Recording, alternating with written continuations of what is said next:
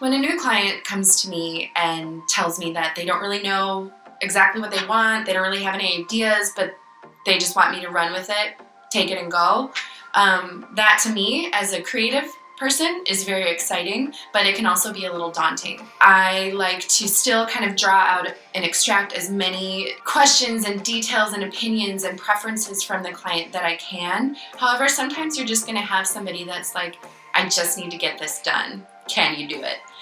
In that case, what I would do and what I love to do is to wrangle up all of my favorite vendors that I love to work with in Chicago or wherever it is that I'm working. That's another one of the ways that a good professional event planner does come in very handy and can be very important.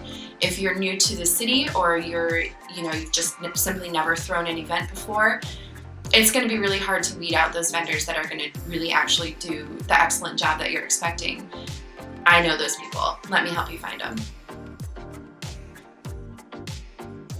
From time to time, there will be clients who perhaps reach out to you and want to work with you, and it just might not be the right fit. Maybe you can't provide all of the services that they need.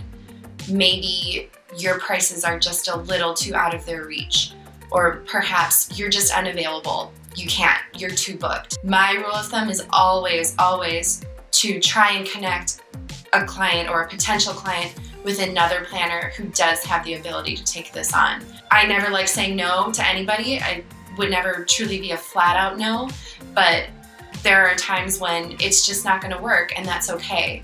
The important thing is to still be a positive influence on this potential client, and hopefully they'll call you up for the next party.